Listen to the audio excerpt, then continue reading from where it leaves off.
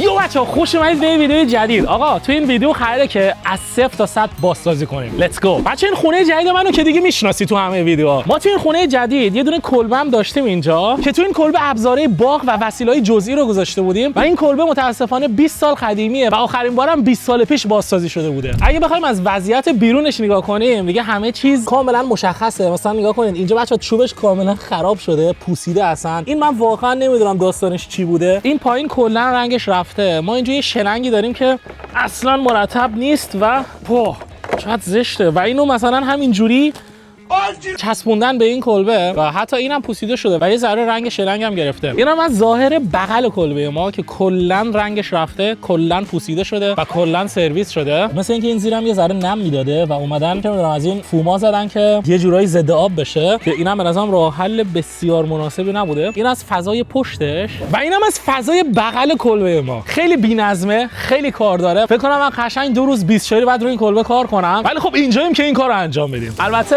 بچه‌ها میخوام الان یه سکانسی بهتون نشون بدم که واقعا ناامید بشید. و اینم از داخل کلبه ما. وای هولی شیت، چقدر که اینجا بی‌نظمه، چقدر که اینجا بی‌نظمه و حتی این درم باز نمیشه. و من الان یه دونه اهرم تو دستمه که میخوام سعی کنم با این بازش کنم، چون که این اصلا روغنکاری نشده. اصلا این کلبه نمیدونه روغنکاری یعنی چی. ببینید اوکی هولی شیت، به زور تونستیم بازش کنیم. بچه این درم قشنگ معلومه که توی این 20 ساله فکر کنم تا الان 1-2 بار فقط باز شده. حتی پایینشو کلا عنکبوت زده و چه میدونم کلی حشرات و آشغال هم اینجا هست. داخل این کلبه ما هم خیلی کار داره، ولی خب ما اینجاییم تا کارای این کلبه رو انجام بدیم. لیتس گو. اولین کاری که باید بکنم اینه که داخل این کلبه رو باید خالیش کنیم.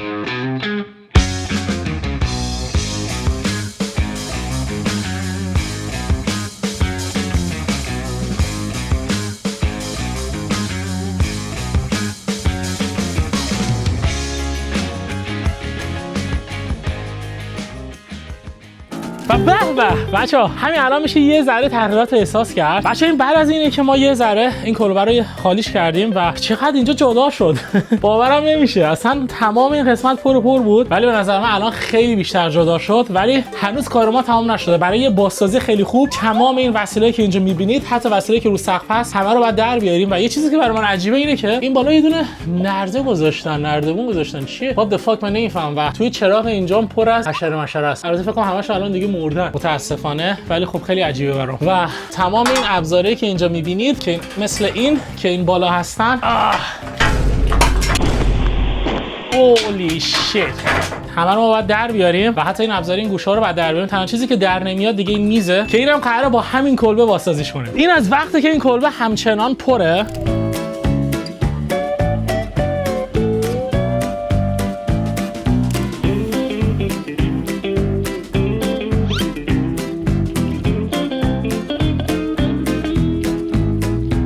و اینم از بعدش. به بچه‌ها کاملا خالی شده اینجا و الان دارم میبینم که چقدر اینجا بزرگه. تقریبا اینجا 9 متر هستش و این کمدایی که ما داشتیم کلا این فضای این قسمت رو گرفته بود که به نظر من اصلا مناسب اینجا نبود. الان دیگه خالیه و اولین کاری که باید می‌کردم و دیگه انجام دادم خدا رو شکر. بچه‌ها این میزم متصل به دیوار همونجوری که مشخصه و این میزو من قراره که اینجا بذارمش. فقط قراره که یه ذره بازسازیش کنیم و اگه تونستم اون پایین یه قفسه براش بزنم و این بالا به نظر من این قفسه خیلی مناسبه. بعد 1-2 تا قفسه دیگه بعد اینجا بزنیم و ریزکاری زیاد داره. مثلا اینجا اومدن ضد آبش کنن ولی خب درست نبریدن. کلا این گوشه موشا پر از تار عنکبوته. دیگه از اینجا کاملا مشخصه چقدر اینجا تار عنکبوت داره و همه اینا رو باید تمیز کنیم. کفش خیلی آشغال و کثیفه. همه رو باید مرتب کنیم. و یه خبر بد، ما اینجا حتی آب چاه هم داریم. یعنی آبیه که چه میدونم زیر زمین تو چاه همیشه هم پره و برای اینکه آب از چاه بکشیم بیرون نیاز به تنبه است که متاسفانه این تنبه ما خرابه. صاحب قبلی که من این خونه رو ازش خریدم بهم گفتش اینو که بزنی تو برق مثل اینکه کار میکنه و ازش از یه جاش آب میزنه بیرون. برق اوکی الان اوکی بچا تورما الان شروع کرد به کار کردن و الان که آبی ازش بیرون نمیزنه و داره کارم میکنه. سالم شد و نمیدونم میگفت خرابه ولی 100% باید خراب باشه. فکر نکنم این کار کنه. اوکی شیرابو باز کنیم. حالا بریم ما از بیرونم شیرابو باز کنیم. شیراب بیرونش بچا دقیقاً اینجاست. اوکی آب ازش میزنه بیرون. نشونه خوبیه ولی تمام شد آبه. این که بازه بچه از اینجا داره آب میزنه بیرون. میبینید این بده بهتره که از برق درش بیاریم و از صاحبخونه قدیمی بپرسیم که چجوری کار میکنه، چون که من واقعا نمیدونم و ما خونه رو توی زمستون گرفتیم. من تو زمستونم بازیش نکردم تا الان، ولی خب مطمئنم که 100% این تلمبه باید عوض شه. و علاوه بر تلمبه تمام این قسمت باید تمیز بشه. لتس گو، برو که بریم. فقط این نکته جالبی که می‌خواستم بهتون بگم اینه که برق این کلبه چوبی ما از توی زمین میاد و اینم از کابلشه. این برق اینجا وصل میشه به یه پریز برق، دوباره برقو ادامه میده میاد اینجا تا میرسه به 2 تا پریز برق دیگه و از این 2 تا پریز برق دیگه دوباره یه برق گرفته میشه که متصل میشه اینجا به لامپمون که دقیقاً رو سقف هست. می‌بینید و به نظر من خیلی جالبه. یعنی تمام سیستم برقکشی اینجا فقط با یه کابل برقه. ولی خب نورش ذره کمه، نور اینجا باید زیادتر کنیم.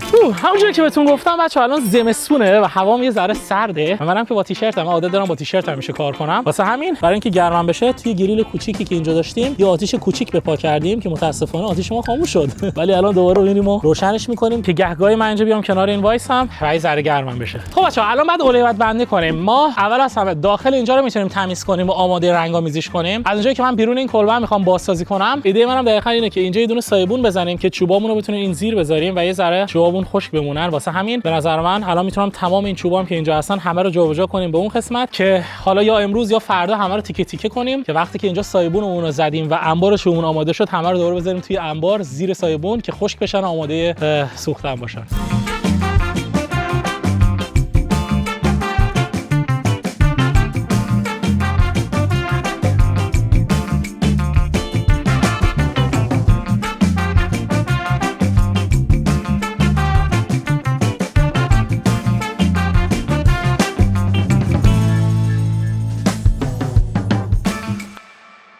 و به بچه‌ها اینجا هی داره بزرگتر و بزرگتر میشه ولی این قسمت هی داره کوچیک‌تر و کوچیک‌تر میشه. تمام این چوبایی که می‌بینید آذوقه است برای زمستون، برای وقتی که آدم نیاز به چوب داره و میخواد آتیش بزنه یا اینکه شومینه رو میخواد روشن کنه و همه اینا رو من الان اینجا گذاشتم که بعداً تیکه تیکه کنیم و وقتی که جامون که اینجا هست جای چوبیمون تمام شد همه رو اینجا انبار کنیم و بذاریم خشک بشن. و چقدر فضای اینجا بزرگتر شد. خیلی کثیفه میدونم ولی فضاش خیلی بزرگتر شد و هولی شت این پشت پر از برگ و آتش‌خال. یعنی فکر کنم قشنگ تو این 20 سال یک بار هم اینجا تمیز نشده. یعنی من اینو بهتون قول میدم. و سیستمی که صابخونه قبلی استفاده کرده این بوده که یه دونه حالت قفسه مانند اینجا داشته و چوباشو اینجا انبار می‌کرده. حالا این سیستم به نظر من زیاد جالب نیست. دلیلش هم اینه که هر سری که می‌خواسته چوب برداره بعد این پلاستیکو که این پایین بوده میزده کنار، چوب برمی‌داشته می‌برده توی خونه. به نظر من بهترین کار اینه که ما از اینجا که سایبون هست یه چوب بزنیم تا اینجا که حالت سقف باشه و اینجا یه پایه براش درست کنیم و ما چوبمون رو اونجا انبار کنیم و این سایبونی هم که اینجا درست می‌کنیم باعث میشه که آب بارون بهشون نزنه و چوبا خشک بمونن. و این کار من یه خصوصیت خوب دیگه هم داره و اونم اینه که چوب که می‌خواید خشک بکنید حتما باید باد بهش بزنه. اگر نیاز به باد نبود خب میتونستیم حتی داخل این کلبه هم بذاریم ولی باد بعد بهش بزنه که خشک بشه. و اگه ما این بالا سایبون درست کنیم و این پایین باز باشه آب بارون نمیخوره به چوبا و فقط باد میخوره به چوبا و اینجوری چوبمون خشک میشه و این ایده به نظر من عالیه. پس شروع کنیم و این آتش‌خاله که اینجا می‌بینید همه رو ما باید همش بچه‌ها پوسیده هم شده، همه رو ما باید در بیاریم و بنازیم توی آشغالی. واه خیلی هم زیادن بچه‌ها. اولی شت چقدر آتش‌خال و برگ و چه میدونم خرت و پرت. واه اوکی، مثلا میخوام تمام این میخایی که اینجا می‌بینید در بیارم و بچه‌ها خودتون ببینید این چوب الان خیسه. یعنی وقتی که چوب این بالا خیسه چطوری این چوبای پایین خشک میتونن بمونن. آقا ما اینجا یه آتیش درست کردیم که یه ذره گرم بشیم و آتیشمون گرفته. چقدر آتیش خفنیه، خیلی بهمون گرما میده. و بریم برای ادامه کار، بریم که کل این میخا رو در بیاریم، کل این آتش‌خالی که می‌بینید رو آماده کنیم که بعد بنازیمشون توی آشغالی و تقریبا 2 ساعت دیگه هم بارون میاد که فکر کنم وقتی که بارون میاد دیگه نمیتونیم ادامه بدیم. پس وقت رو هدر ندیم. تا الان 2 ساعت مشغول این کلبه بودیم، آمادهش کردیم. بریم برای ادامه کار. Let's go.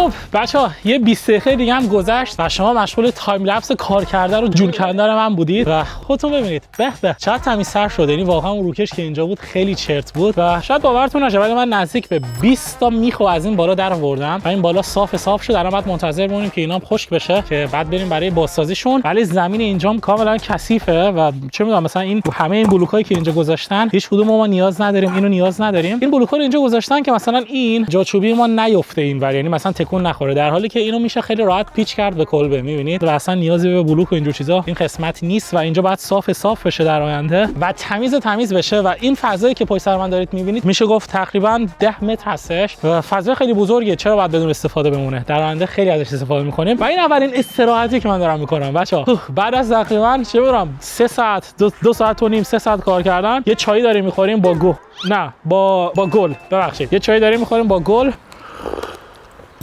جاتون خالی. البته اگه اینجا بودید که ازتون کار میکشیدم.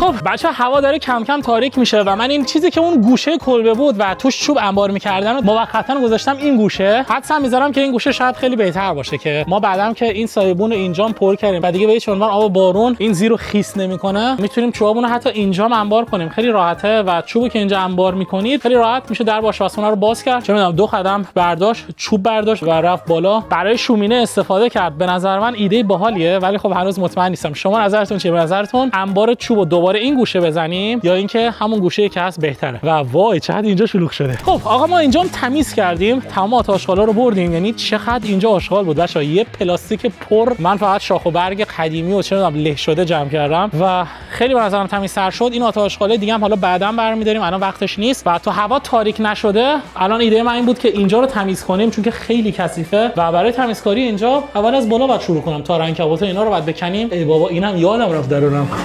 بچا اینو یادم رفت. اوه چقدر سبکه. ولی یه نرده خیلی بزرگه که اوکی با این میشه رفت بالا. چه میدونم همه جا رو دیگه تمیز کرد چون من بعدا باید این بالا رو تمیز کنم، بالای سایبون خونه رو. خب اینم بذاریم اینجا زیر سایبون و بریم تا داخل این کلبمون رو تمیز کنیم. اینجا پر از تار عنکبوته. یعنی من هولی شیت.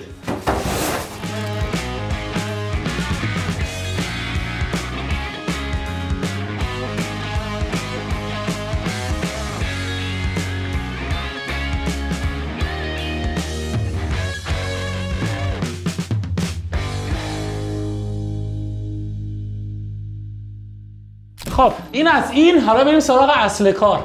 هنوزم گرمازه اینجا پر از تار عنکبوته ولی اصل کار تمیز کردن این لامپه که توش پر از جک و جونوره. اوکی فقط امیدوارم درش میارم روم نیفتن.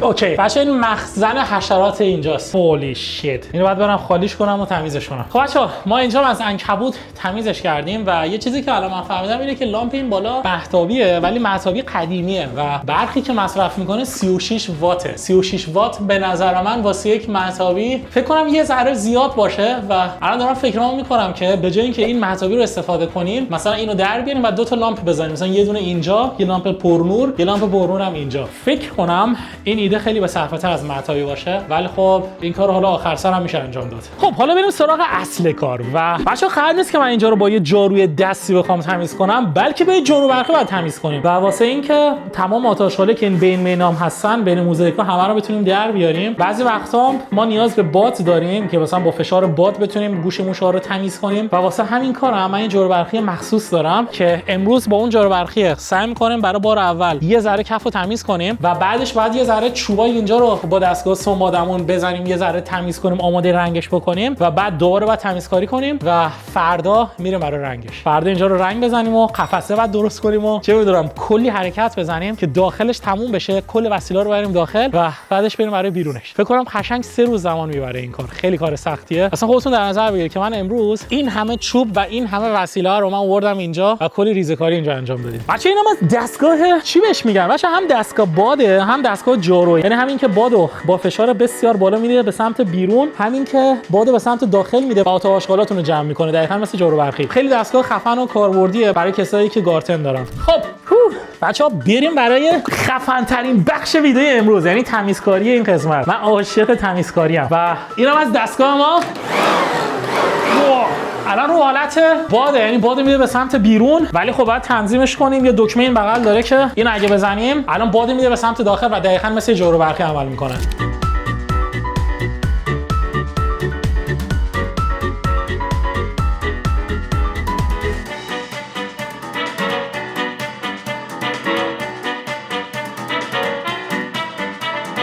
مخزنش پر شد.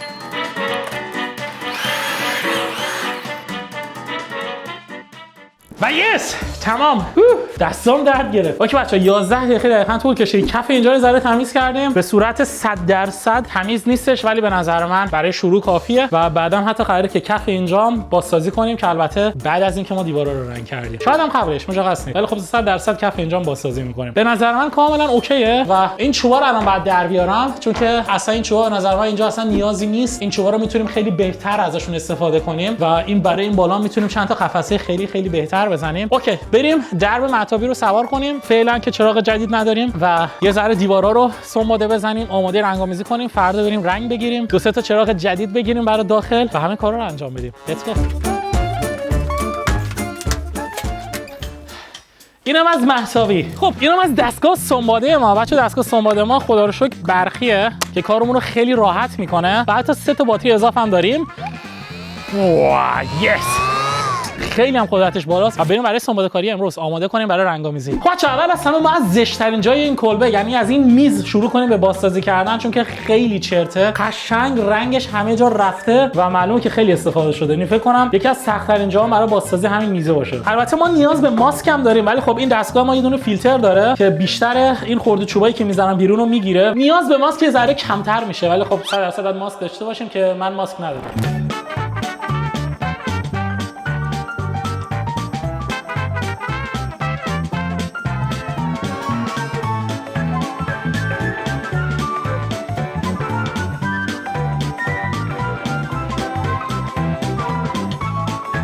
Holy shit.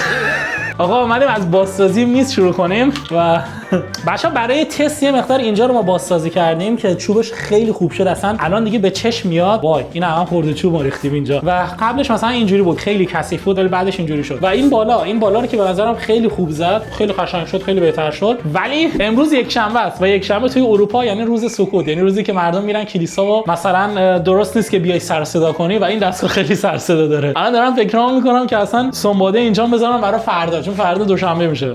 فکر کنم کار خوبی باشه و علاوه بر اون یه ایده دیگه که زد به ذهنم اینه که امروز اینجا رو اندازه‌گیری کنیم و این میزی که اینجا می‌بینید و از این بالا ما درش بیاریم و عوضش کنیم با یه میزی که یا چه می‌دونم یه دیگه چوبی که از این گوشه تا دقیقاً اون گوشه رو بپوشونه. یعنی من یه محل کار به این درازی داشته باشم که بتونم از این به بعد مثلا کارهایی که می‌خوام انجام بدم و اونجا انجام بدم. و علاوه بر اون این قسمتی که می‌بینید ما بعد 4 تا چوب سفارش بدیم، 1 2 3 4 که 4 تا طبقه بتونیم بزنیم و وسیله و جنس منسامون از این به بعد تو این طبقه‌ها نگهداری کنیم و چند تا تیکه چوبم برای این بالا می‌خوایم که بعدم که چراغو نصب کردیم بتونیم این بالا مثلا ابزارهای گارتن رو یه جورایی نگهداری کنیم. و این قسمت هم همچنین. این قسمت هم بچه‌ها ایدم اینه که تمام حالا وسیله‌های برقی و نیمه برقی مثل بیل و اینجور چیزا رو بیلا رو که می‌ذاریم رو سقف ولی مثلا وسیله‌های کوچیک و اینجوری آویزون کنیم از دیوار و این وسط هم کلا خالی بذاریم که یه مقدار جا برای این ور اون ور شدن هم داشته باشیم. به نظر من این ایده خوبیه. فقط باید اندازه‌گیری کنیم و فردا بریم برای خرید چوبا و سوار کردنش. خب آقا ما اندازه‌های اینجا هم گرفتیم که فردا بتونیم خیلی راحت بریم چوبامون رو بخریم و الان میدونید وقت چیه؟ الان وقت اینه که تمام این گوشه‌ها رو می‌بینید اینجوری که اومدن ساختن. بچه‌ها این گوشه‌ها رو متاسفانه چیزی نزدن که ضد آب بشه و از جایی که چوبم هست نباید سیلیکون زد. سیلیکون بزنید امکانش هست که زیاد عمر نکنه و دمای هوای اینجا هم یه ذره زیاده چون که بیرون از خونه است و بخاری هم نداره که نباید هم داشته باشه، انبار دیگه. واسه همین ما اینجا فوم ساختمانی داریم یا یورتار. بچه‌ها نمیدونم چی بهش میگن، فوم ساختمانی میگن دیگه در اصل. و این فوم اینجوری اینجوریه که ضد آبه و حتی اگه دقت کنید کسی که اینجا رو ساخته یه ذره از این فومام استفاده کرده مثلا برای این گوشه، ولی دیگه ادامه نداده. حالا دلیل این که ادامه نداده رو من واقعا نمیدونم. الان ایده من اینه که تمام این قسمت‌ها رو خب یه ذره فوم بزنیم که ضد آب بشن، این قسمت هم همچنین، و بعدش دیگه این قسمت‌ها که فوم داره ولی یه ذره قشنگترش می‌کنیم، بیشترش می‌کنیم، و فردا ما باید با یه تیغ تمام این فوما رو ببریم که صاف بشه و روش رنگ بزنیم. خیلی جالبه این فومه تا چند ساعت دیگه خشک میشه که البته ما فردا می‌بینیم، و فردا که دیگه خشک شد با یه تیغ با یه کاتر خیلی راحت می‌کنیش و کارتو خیلی راحت می‌کنه. به نظر من عالیه. روش هم که رنگ بزنیم اصلا دیگه معلوم نمیشه. خب بچه‌ها اول از همه ما از این قسمت شروع کنیم و دلیل اینکه منم دستکش زدم واسه اینه که این خیلی چسبناکه و اگه بچسبه دستت تا یک هفته قشنگ رو دستت میمونه و من این تجربه رو دارم. سری قبل نمیدونم دیدید تو اون ویدیویی که ما گند زدیم به در خونه رو دستای من قشنگ چسبیده بود و بعد از یک هفته پاک شد. واسه همین این سری دستکش پلاستیکی زدم و لیتس گو. خب بریم برای شروع کار. اول اصلا ما از اینجا شروع کنیم. رنگش هم سفیده. بچه‌ها این نباید زیاد بزنیم چون که اگه زیاد روی کنید اصلا خوب نمیشه. واسه همین من الان از کم شروع میکنم و این خودش به مرور زبان بیشتر و بیشتر میشه و دیگه اصلا نیازی نیست که زیاد بخواید بزنید. عالی داره زیاد میشه. حواسم باید باشه. این اینجا رو دیگه ضد آب میکنه، یعنی دیگه قول مرحله آخره. اوکی عالی، به نظر من عالیه.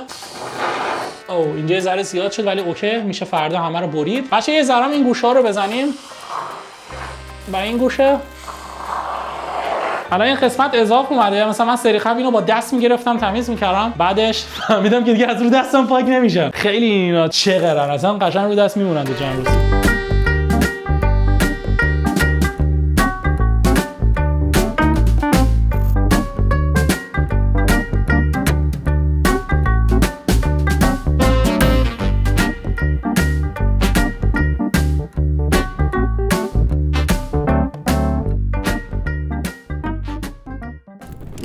و تمام. اوکی دیگه فکر کنم برای امروز کاملا تمام شدیم و خدا رو شکر که من دستامو کثیف نکردم. خب و به بچه‌ها اینم از تقریبا پایان کار. الان اینا همشون ترن، باید منتظر باشیم که تا فردا خشک بشن و امیدوارم که قشنگ برن تو لایه‌های چوب و باعث بشن که دیگه اینجا یه ذره ضد آب بشه و دیگه چه میگم قطرهای آب از اینجا نفوذ نکنه. که البته آخر ویدیو ما سقف اینجا هم تمیز می‌کنیم و اونجا دیگه حواسمون هست که یه لایه کاری بکنیم که ضد آب بشه. بعد اینجا فوم من دیگه تموم شد که متاسفانه دیگه لایه آخرش بود، با دستکشی که داشتم مثل سیلیکون بی انگشت کشیدم و دیگه به نظر من کافیه. این قسمت هم زدیم و یه ذره زمینم کثیف شد ولی به هیچ عنوان نباید به اینا دست زد. من این تجربه رو دارم، بهش دست بزنیم میچسبه، بعد وایسیم تا خشک بشه و درش میاریم و تمام شد. همه چیز این وسیله‌ام اینجا میذاریم و همه چیز تمام شد. بریم و منتظر باشیم تا اینا خشک بشن و فردا بریم چوبا رو بگیریم و بریم سراغ اصل کار. میبینمتون. امروز که فقط آماده سازی بود.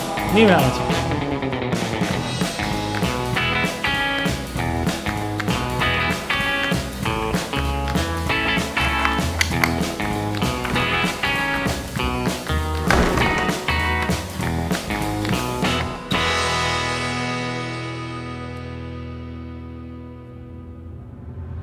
صبحتون بخیر بچه‌ها. 2 روز از آخرین باری که ما همدیگه رو دیدیم گذشته و حالا چرا 2 روز؟ چرا ما دیروز شروع به کار نکردیم؟ به این دلیل بودش که ما دیروز رفتیم و کلی چوب خریدیم برای چیزایی که ما می‌خوایم توی کلبه درست کنیم. یعنی از بس که اینجا به هم ریخته بود من اصلا نمی‌دونستم چوبا رو کجا بذارم و اینجا بچه‌ها قشنگ معلومات 12 تا لایه چوب خریدیم و همه اینا رو پیش اون نجاری که خریدیم برش دادیم و آماده کردیم برای قفسه‌های داخل کلبهمون. و علاوه بر اون بچه‌ها ما سقف اینجا رو ضد آب کردیم و بعدش من متوجه شدم که پایینم اگه این کارو انجام بدیم بد نیست، چون که اگه معلوم باشه و شما ببینید اون گوشه یه ذره نشست کرده و اینجا هم گفتیم که بیایم با فوم یه ذره ضد آبش کنیم و یه جوری از پایینم ضد آب و خفنش کنیم دیگه. و دیگه تا دیشب اومدیم خریدمون انجام دادیم، گذاشتیم اینجا و یه ذره اینجا رو فوم زدم دیگه شب شد و گفتم دیگه اصلا ویدیو نگیرم بهتره، بذاریم برای روز بعد. خب بچه‌ها این از اطراف کلبه ما، خودتون ببینید چه جوری شده، قشنگ معلومه تمام گوشه‌های اینجا رو ما ضد آب کردیم و اینم از پایینش هم دقیقاً اینجوریه. همه‌شون تا حدود ضد آبه.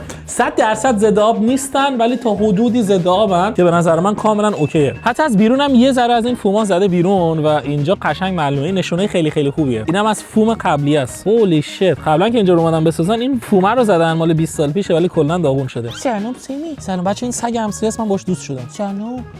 بیا بچه هر روز بهش غذا میدم، از مخشو زدم، با هم خیلی دوست شده. خب بچه‌ها صبح رو پر انرژی شروع کردیم، یه کافه خوشمزه که تو دستمونه و بریم برای شروع کارا. اولین برنامه ما اینه که با این دستگاه مولتی که ما داریم و اینجوری هم روشن میشه، واه، بیایم ما دقیقاً مثل اینجا این فومایی که اینجا می‌بینید از پایین به سمت بالا برششون بدیم که دیگه کارمون خیلی تمیز در بیاد. به این صورت یا کنید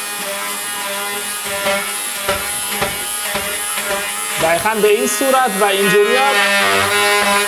اینجوری هم بچه‌ها فوممون میفته پایین و اینجا خیلی تمیز میشه که حالا بعدا اگه یه ذره سنباده روش بزنیم کاملا اوکی به نظر من و حتی دیگه نیازی نیست که این گوشه رو بخوایم کوتاش کنیم. نه، این گوشه رو کلا گرفته به نظر من اوکیه. بعدا هم که رنگ بیاد روش شاید یه ذره معلوم بشه، ولی خب دیگه دیزاین اینجاست، کارش نمیشه کرد. و به نظر من حتی اگه معلوم هم بشه بهتر از اینه که ما بخوایم سقف اینجا رو بدون فوم بذاریم. اینجوری دیگه مطمئنیم که 100% ضد آبه. و لیتس گو بریم برای شروع کار. یه دونه عنکبوت اینجا پیدا کردم، برو بیرون.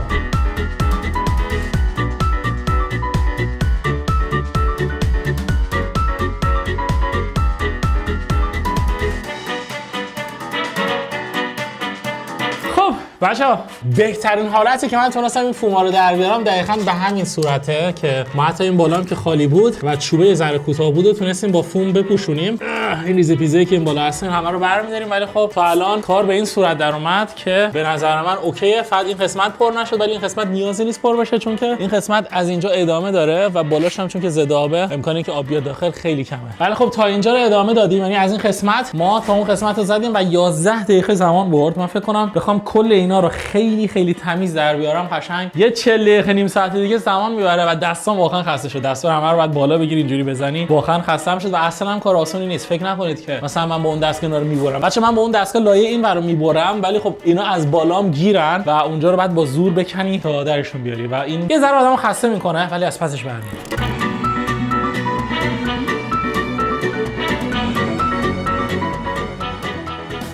خب بچه‌ها سقف تمام شد. یس بالاخره سقف کاملا تمام شد و بهترین جایی که من عاشقشم اینجاست. مخصوصا این قسمت بچه‌ها من تمیز رو بردم در مقایسه با این قسمت. بعد اینجا آخه اشتباهم این بود که من دستگاه رو اینجوری میزدم، ولی برای اون قسمت من یاد گرفتم دستگاه رو یک بار اینجوری بزنم و بعد اینجوری بگیرم فقط و فقط بکشم. می‌بینید الان بعد خدمت به اونایی که دارن کامنت میذارن که چرا از کاتر استفاده نمی‌کنی بعد توضیح بدم. این سطحش اذیتمون میکنه و اصلا کار راحتی نیست. مثلا من اینجوری اگه بخوام ببرم نگاه کنید کج میشه و یه ذره اینجا فوم میمونه. اگه بخوام اینجوری ببرم صاف هست، ولی خب یه ذره اذیتمون میکنه. دلیلی اینکه اذیتمون میکنه اینه که این فومه من فقط اگه بخوام کاترمو اینجا بذارم و بکشم بریده نمیشه، بلکه من باید اینجوری کنم، بعد اینجوری کنم و این دستگاهی که من دارم 22000 بار در ثانیه خودش اینجوری میکنه. میبینید نگاه کنید چقدر خفنه. بچه‌ها کار ما هنوز تموم نشده. ما این بالا رو تموم کردیم، کلی آت آشغال هم در آوردیم. هولی شت چقدر آت آشغال واقعا. همه اینا رو سقف بود. بعدش بعد بریم سراغ پایین حدس میزنم خیلی آسان‌تر باشه. پایین که تموم بشه دیگه کار ما کلا تمومه و این ریزه کاریایی که اینجا میبینید و اینا رو بعدم حالا می‌خوایم سنباده بزنیم تو کار درستشون می‌کنیم. اصلا نگران نباشید. من یه عادتی دارم همه کارا رو راحت پرفکت انجام بدم و آخر سرم این کلبه پرفکت خواهد شد. البته فوم رو زمین یه ذره بعد آسان‌تر باشه چون که ما فقط نگاه کنید اینجوری باید بریم. واه این خیلی بزرگه، این تیکه اذیتمون میکنه. خب حالا یه ذره اینجا رو ببریم، یه ذره مثلا اینجا و ببینیم که در میان یا نه. و بله به همین آسونی، یعنی کارش زیاد سخت نیست چون که این سطحی که این فوم بهش چسبیده سنگه و اصلا این اصلا مهم نیست. اینو من یه کاردک یه چیزی بزنم زیرش راحت در میاد. لیتس گو بریم برای تمیز کردن اینجا. این از قبلش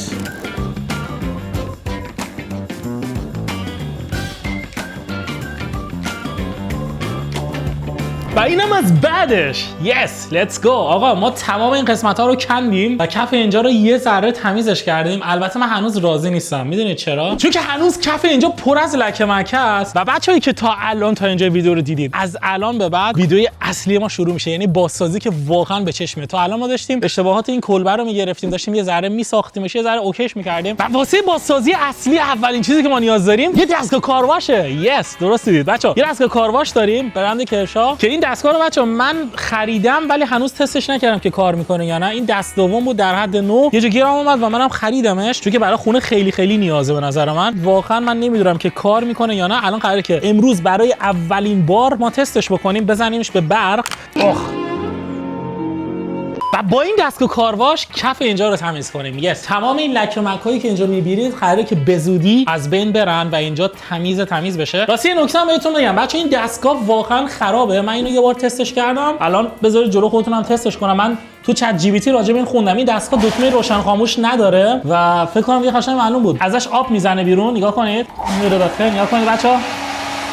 متاسفانه خرابه و قیمتش هم خیلی ارزونه. تقریبا قیمت این دستگاه 70-80 یوروه، ولی من یه دستگاه خیلی بهتر و خیلی خفن‌تر به قیمت تقریبا 200 یورو خریدم که اونم فردا میرسه به دستمون و این دستگاه رو ما میایم و عوضش میکنیم که از این بعد بتونیم از آب چاه اینجا برای باغچه‌مون استفاده کنیم. بچه‌ها زیاد حرف زدیم، بریم سراغ دستگاه کارواش ما و بریم برای بازسازی کف اینجا. البته قبلش من میدونم که الان اگه این دستگاه رو روشن کنم، چون که منم خیلی نوبم، کلا خودم خیس میکنم و تو این هوای زمستون سردمون میشه، واسه همین یه آتیش هم درست بکنیم که اگه یه وقتی خودمون خیس کردم یه ذره سردم شد، بریم کنار آتیش یه ذره انرژی بگیریم. و بچه‌ها برای آتیش درست کردن من واقعا همه نوع تجهیزاتی دارم. ببین کلا فقط تجهیزات شما اینجا میبینید، چیزی دیگه ای نیست. صندوق نمیخواد، ما با این روشن میکنیم با چخماق. خب و برای این کار این مواد آتیشزای ماست بچه‌ها. ما این الان داریم چیت میکنیم، اینو میذاریم اینجا. یه چند تا دستمال دیگه هم که اینجاست میذاریم کنارش و بعدش شروع میکنیم به جرقه درست کردن.